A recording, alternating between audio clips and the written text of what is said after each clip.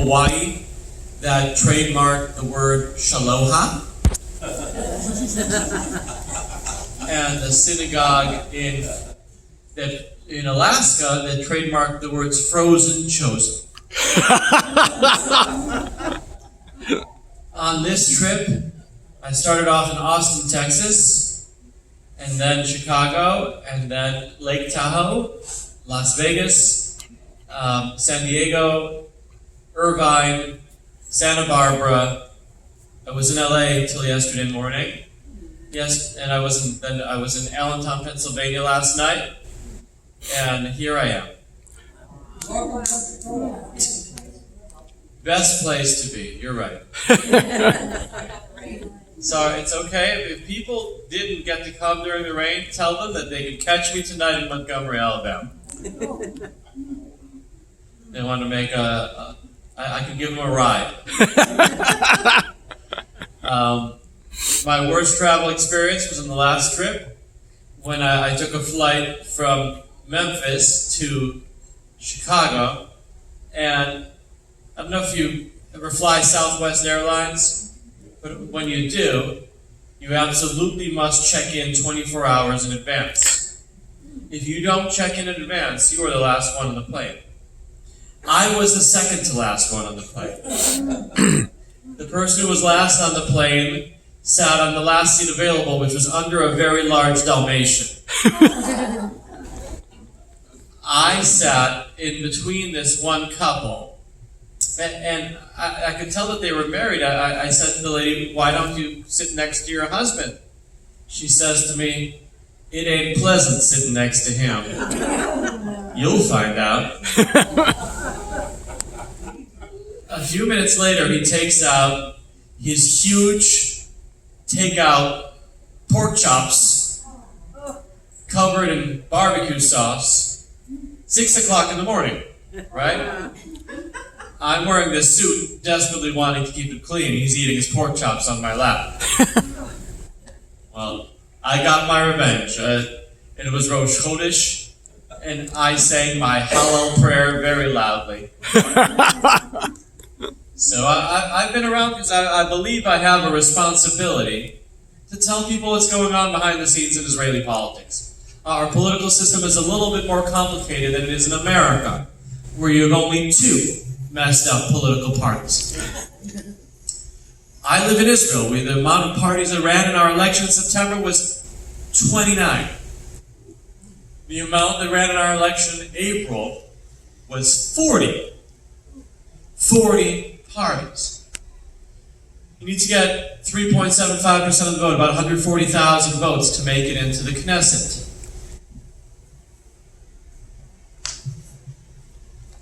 Here we have our new Knesset that was elected in September.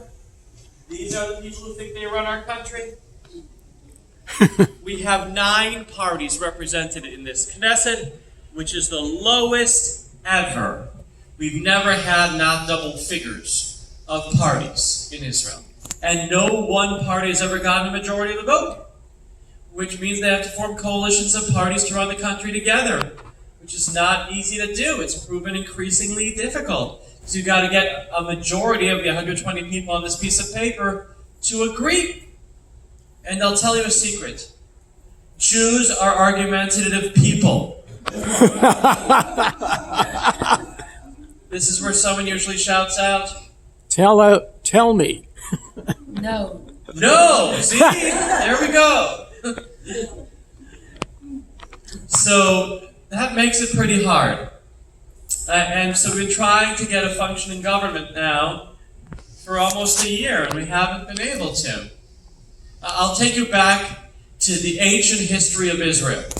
When people say that, they usually mean 3,000 years. I'm going to go back to last December.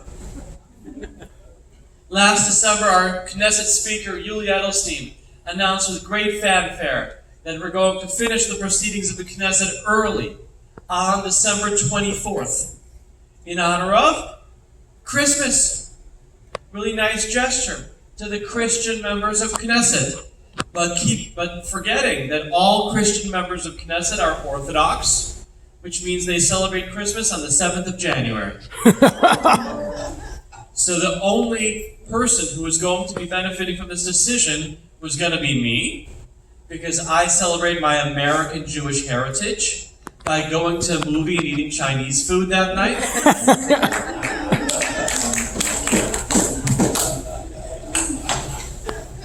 And so that day, though, we got a surprise from Netanyahu. He announced that he would be moving up our election, which was supposed to be held on November 5th, day before yesterday, was when Israel was supposed to go to elections. You had an election that day. Did you vote at all? Was there anything down here? Nothing? I'm glad they finished counting the votes last time. I'm telling you, last year at this time, I was in Florida.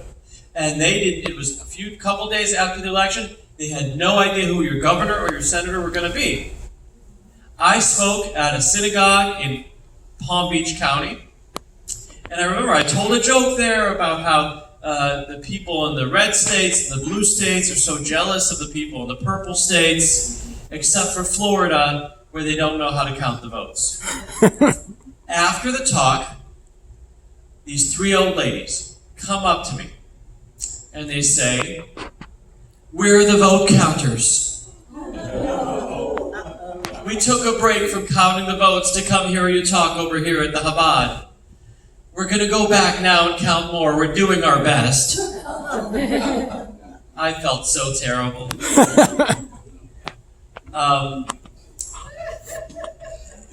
So we could end up having, instead of the one election we were supposed to have in November, we could end up having 3 elections for the price of 3, which is no bargain.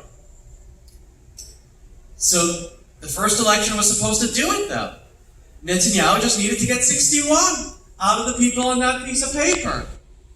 He got 65 in his block. But little did he know that 5 of those seats belonging to Avigdor Lieberman, his former foreign minister and defense minister, would stick a knife in his back at the last minute and prevent him from forming a government, leaving him with only 60 when you need 61. But that's not... You're right. There should have been another chance for somebody else to form a government. He stood on his own. He didn't stab Netanyahu in his back.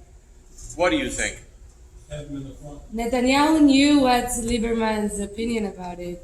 Shani, we thought until the last minute there's going to be some magic solution. Bibi HaKosem, Bibi the magician, is going to find something at the last minute to be able to form a government. I was standing there in the door of the Knesset, waiting for the Likud negotiating team to come back. I thought for sure we're going to avoid this election, having another one, As the Likud negotiating team was approaching the building, I went like this to the team, and they went back like that. And I immediately tweeted, and that's how people around the world found out we were going to a second election. Netanyahu could have allowed somebody else to form a government. He didn't. Instead, he had the members of Knesset, some of whom just got elected for the first time, have their first vote be to lose their own jobs. So we went to a second election, thinking this time Netanyahu he's going to get that 61. The parties didn't even bother campaigning, because in the summer, Israelis don't really watch the news very much. We've never had an election in the summer before. They didn't even take out billboards. They took out billboards in Greece and Cyprus, where Israelis vacation. They didn't even really bother campaigning until the kids were back in school for the September 17th election. And I thought for sure we're going to have the lowest turnout ever. I wrote it on the cover of the paper, lowest turnout ever expected. I was absolutely wrong. Even though we had beautiful weather and the beaches were packed with people, the people also voted. Maybe because they encountered so many politicians on the beach, begging them to vote. There it was, go to the beach, you don't expect to find Netanyahu. But he was there. Yair Lapid and Yelet Shaked, all of them there on the beach. And so we ended up having 70% turnout, which is so impressive. I'm from Chicago. We had an election for mayor several months ago. The turnout was only 33%, and half the voters were dead. Same in California. So we had 70% turnout, very impressive. But the results? Netanyahu still didn't get a 61, he got only 55. And yet he was still tasked with forming a government first by our president, Reuven Rivlin. Our president has a very ceremonial role like the Queen of England, but younger. He's only 80. And so after Netanyahu had his 4 weeks and failed, this time Netanyahu didn't initiate another election yet, he let Benny Gantz get a chance to form a government, the leader of the Blue and White Party. And now he has 2 weeks left out of the 4. It is half done. A little progress has been made, but if he doesn't form a government in the next 2 weeks, there's 3 more weeks after that in which any Knesset member can form a government. And if no one forms a government over the next 5 weeks, then automatically we go to an election on the last Tuesday within 90 days after that, which happens to fall on Purim. Which I think would be very fitting if we go to an election on Purim and have everybody wear costumes that day. I saw you got a clearance sale here and in your costume shops for some reason. I'm going to consider buying a whole bunch of Donald Trump outfits for the Israeli politicians. I hear they're on sale. But as you heard Jerry say in the introduction, I do not believe we will have a third election. There are 3 other possibilities. The most likely possibility is that we will have a national unity government of Likud and Blue and White together. It's not easy to make people get along, but that's what the people of Israel want. They've just got to figure out who goes first, which is not easy. The outside possibility, you can have a right-wing government of only right-wing parties. If our Avigdor Lieberman goes back to being what he was before, you could technically have a left-wing government supported by an Arab party from the outside in a parliamentary safety net. They refuse to join the government because then they'd have collective responsibility if their brothers get killed. But they are willing to receive the budgets that come from supporting the government from outside. I don't really see how the math works, but it is technically an outside possibility. The president's proposal is that we have a unity government in which Netanyahu goes first, and then, when his case is heat up, then Gantz would take over for 2 years, and then whoever is leader of Likud after that would do the last year. And that's probably what will end up happening. But the question is, how fast are these cases going to heat up? Netanyahu is a walking, talking Shakespearean tragedy. Because none of these people could really bring him down. Not in a country that values experience so much in our politicians. Israel values experience in politicians probably more than any country. Certainly America. And Netanyahu is by far the most experienced of any Israeli politician alive today. Unless Moses or Jesus has come back. I'm not up to date right now. Let's not forget, Jesus was a Jewish politician who got in trouble with the law too. So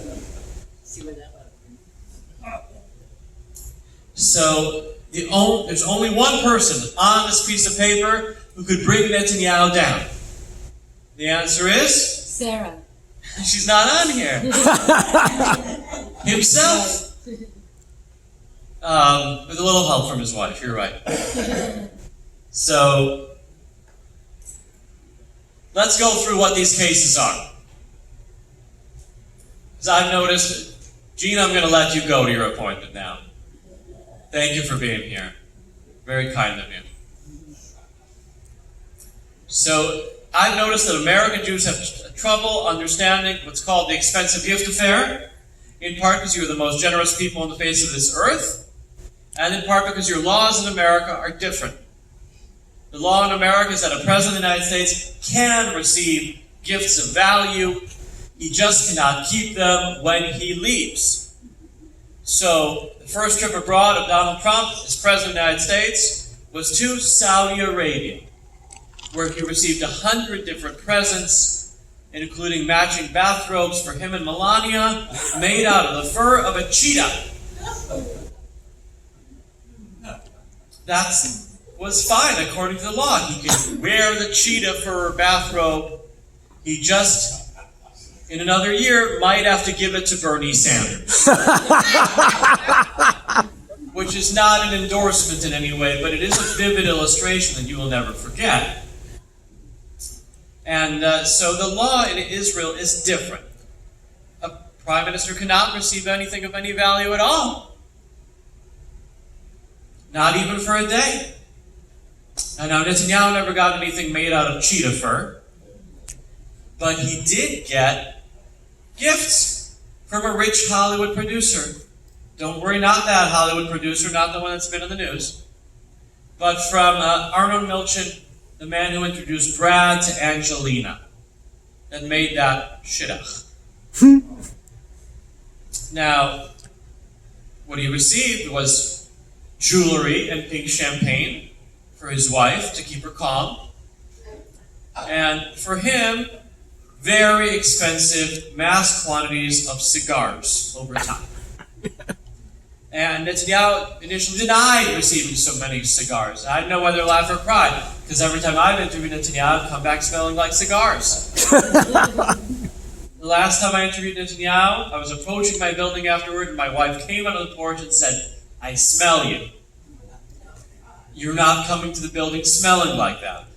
Take off all your clothes." Out here in front of everybody, "Yeah, you stink." She ended up throwing down a bag of clothes and making me shower and change at my mother's. Has that ever happened to any of you gentlemen? So Netanyahu cannot deny the cigars. And if in return for those cigars, he helped that Hollywood producer sell a television station in Israel that was worthless to one of the richest Jews on this earth, that's a bribe. Now, the other investigations involve Netanyahu's obsession with the media. I don't know if you can imagine what it's like to have a head of state who's obsessed with the media.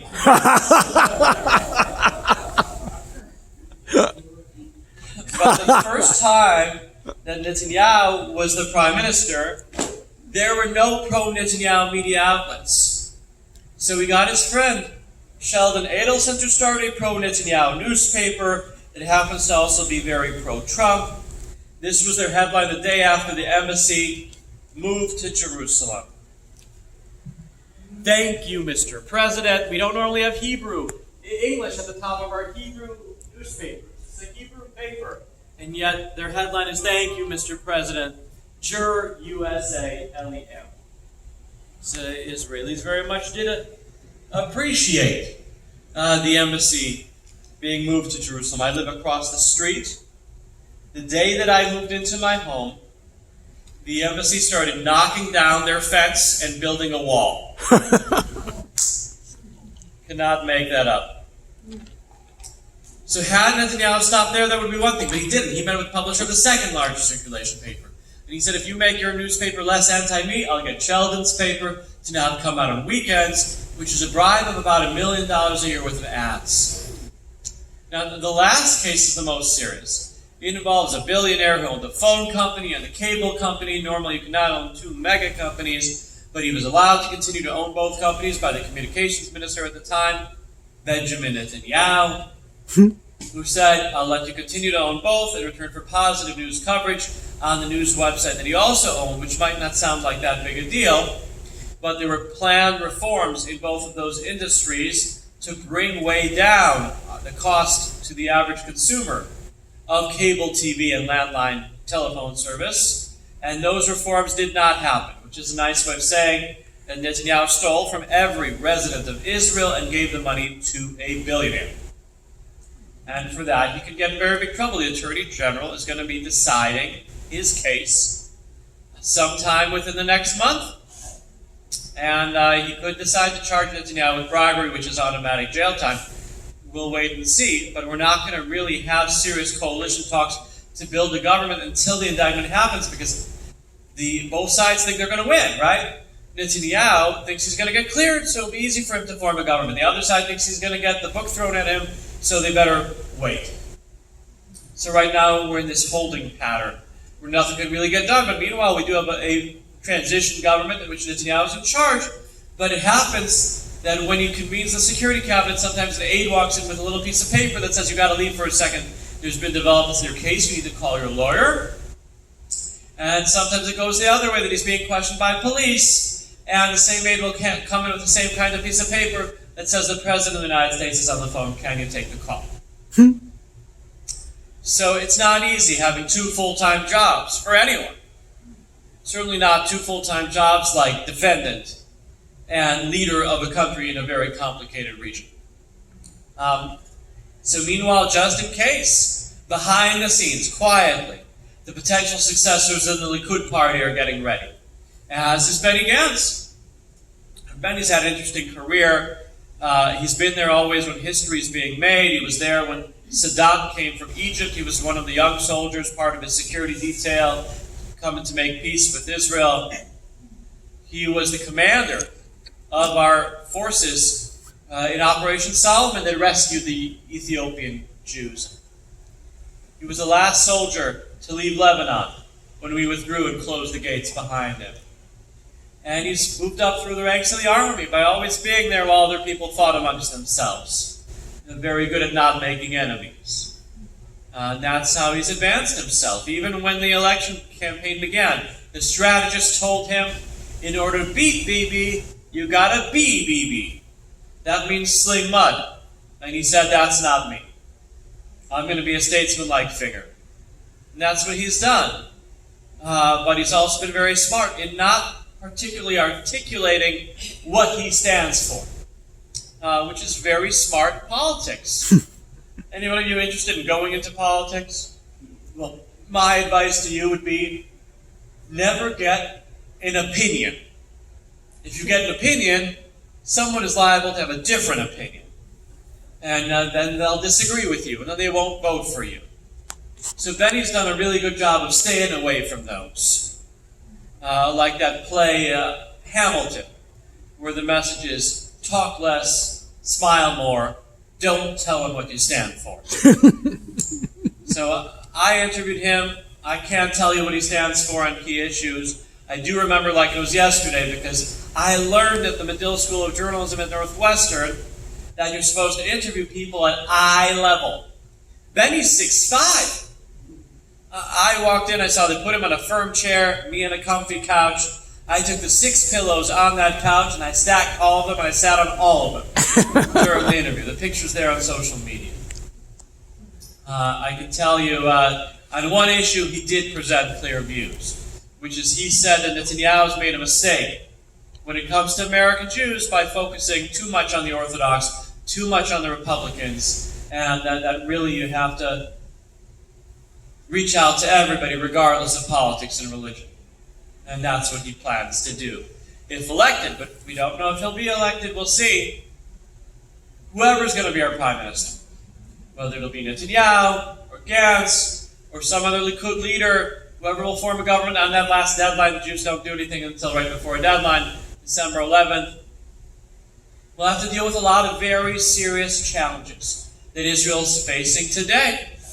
We'll start with the diplomatic challenges. The day after the government is formed, there will be a peace plan announced, because they've been waiting a long time in Washington to announce their peace plan that they've been working on for a couple of years. This plan has been worked on mainly by two people: the Crown Prince of Saudi Arabia, Mohammed, and the Crown Prince of America, Jared. Now, what this plan basically says is that in return for whatever Israel gives up, Israel would receive normalization with the entire Arab and Muslim world. That's not aligned with Iran. And in return for whatever the Palestinians give up, they would receive Lots of money, $100 billion.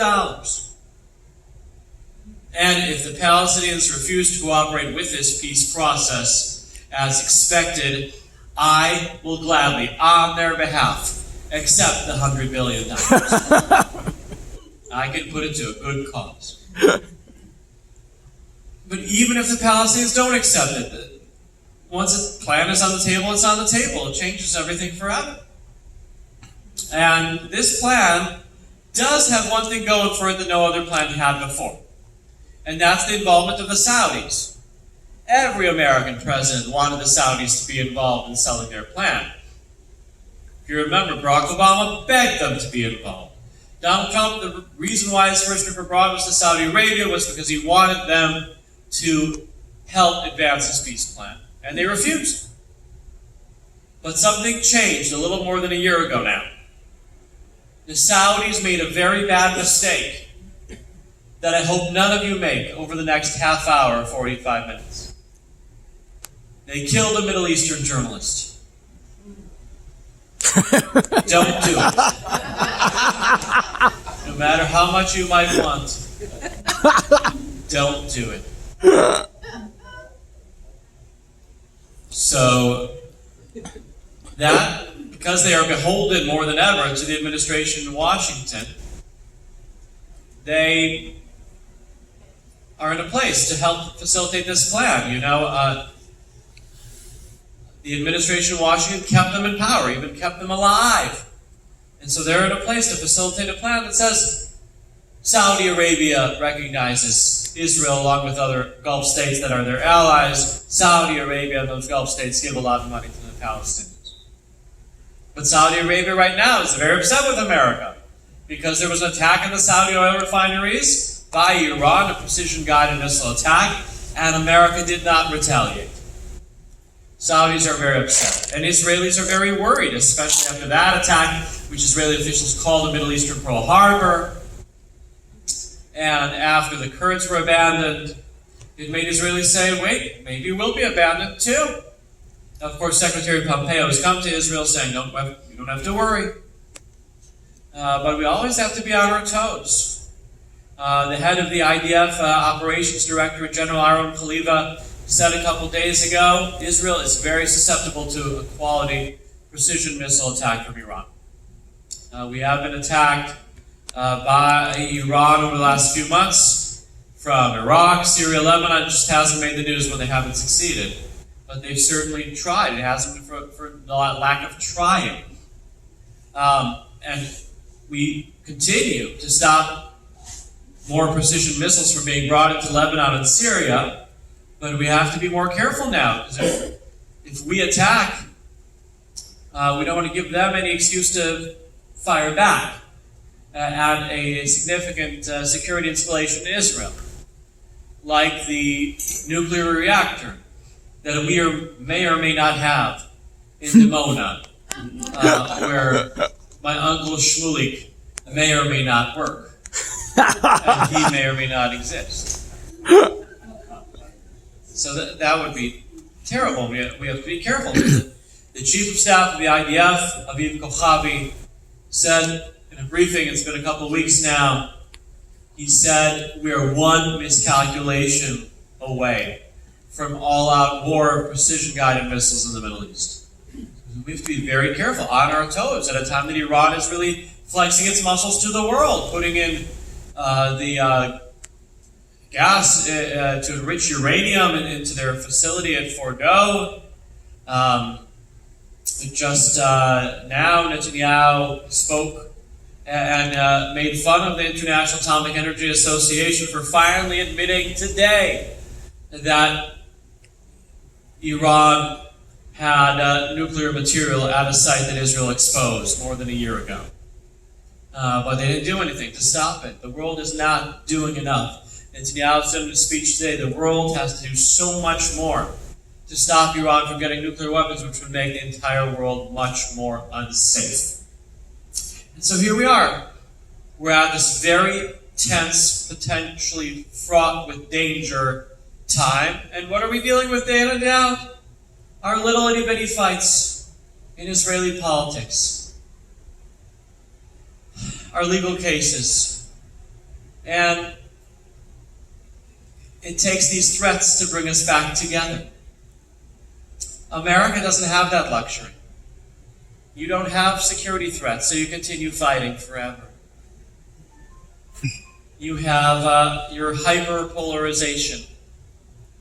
And that's why I can't wait to get back to Israel, to a country that's so much more calm politically. But there is hope. There is hope because I've seen, when I speak on college campuses, I spoke on one last night, I've seen how there is one issue that unites Americans, whether they be Democrats or Republicans.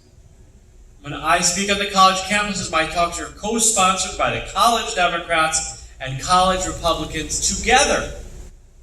And I asked them, when was the last time you did an event together before this? And they told me the last Israel event we did a year ago. The only issue that unites the Democrats and the Republicans together, even in a purple state like Florida, is Israel. And I think that's a beautiful thing. So I hope that things in Israel continue to get better and better and better. Hope for our neighbors too, and also for America. Thank you very much.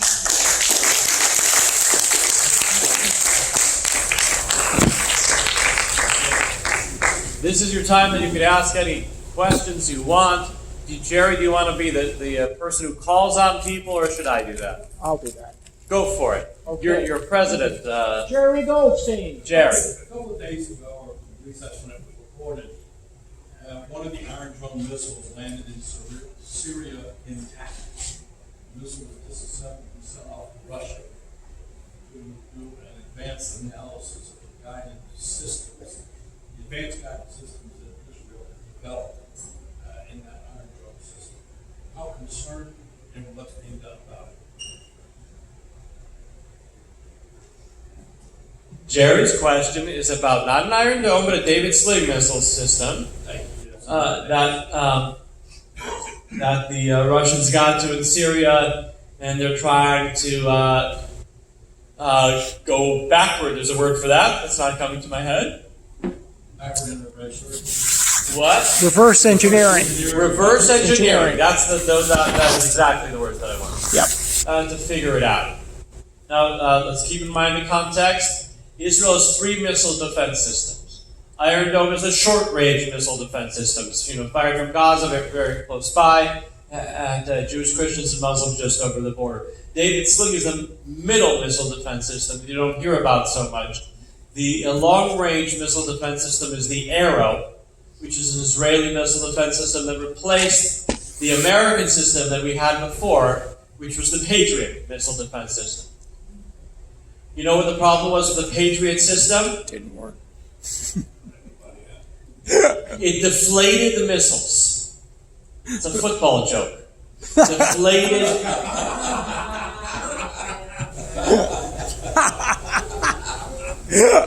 So